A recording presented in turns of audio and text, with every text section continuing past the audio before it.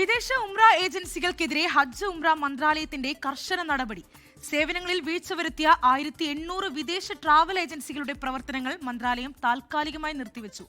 ഈ ഏജൻസികൾക്ക് 10 ദിവസത്തിനുള്ളിൽ പോരായ്മകൾ പരിഹരിക്കാൻ സമയവും അനുവദിച്ചിട്ടുണ്ട്. ഉംറ തീർത്ഥാടകർക്ക് മികച്ച സേവനം ഉറപ്പാക്കുക എന്ന ലക്ഷ്യത്തോടെയാണ് സൗദി ഹജ്ജ് ഉംറ മന്ത്രാലയത്തിന്റെ പുതിയ നടപടി.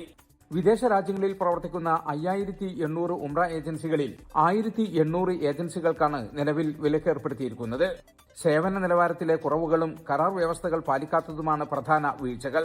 നിലവിൽ ഈ ഏജൻസികൾ വഴി പുതിയ വിസകൾ അനുവദിക്കുന്നത് നിർത്തിവച്ചിട്ടുണ്ട്.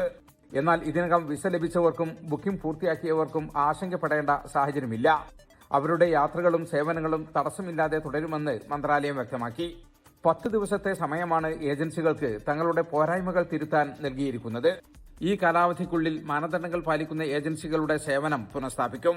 അല്ലാത്തപക്ഷം ഈ ഏജൻസികൾക്കെതിരെ പിഴ അടക്കമുള്ള കർശന നിയമ നടപടികൾ സ്വീകരിക്കുമെന്ന് മന്ത്രാലയ വക്താവ് ഡോക്ടർ ഗസാൻ അൽ നൊയ്മി അറിയിച്ചു. തീർത്ഥാടകരുടെ അവകാശങ്ങൾ സംരക്ഷിക്കുന്നതിനും സേവനങ്ങളിൽ സുതാര്യത ഉറപ്പാക്കുന്നതിനും നിരന്തരമായ മൂല്യനിർണ്ണയവും നിരീക്ഷണവും തുടരുമെന്നും അധികൃതർ അറിയിച്ചു. അതേസമയം വിലക്ക് വീണവരിൽ ഇന്ത്യയിൽ നിന്നുള്ള ഏജൻസികളും ഉള്ളത് മലയാളികൾ ഉൾപ്പെടെയുള്ള തീർത്ഥാടകരെ ബാധിച്ചിട്ടുണ്ട്. പല ഏജൻസികളും ഉംറ വിസയ്ക്ക് ഈടാക്കുന്ന നിരക്ക് കുത്തനെ കൂട്ടിയതായാണ് റിപ്പോർട്ട്. ജലീൽ കണ്ണമംഗലം, 24 ജിദ്ദ. ലോകത്തെവിടെയായാലും ഏത് സമയത്തും 24 വാർത്തകളും ഓഗ്മെന്റഡ് റിയാലിറ്റി പാക്കേജുകളും എക്സ്പ്ലെയിനറുകളും വിശദമായി കാണാൻ ഞങ്ങളുടെ യൂട്യൂബ് ചാനൽ നിങ്ങൾക്ക് സബ്സ്ക്രൈബ് ചെയ്യാം.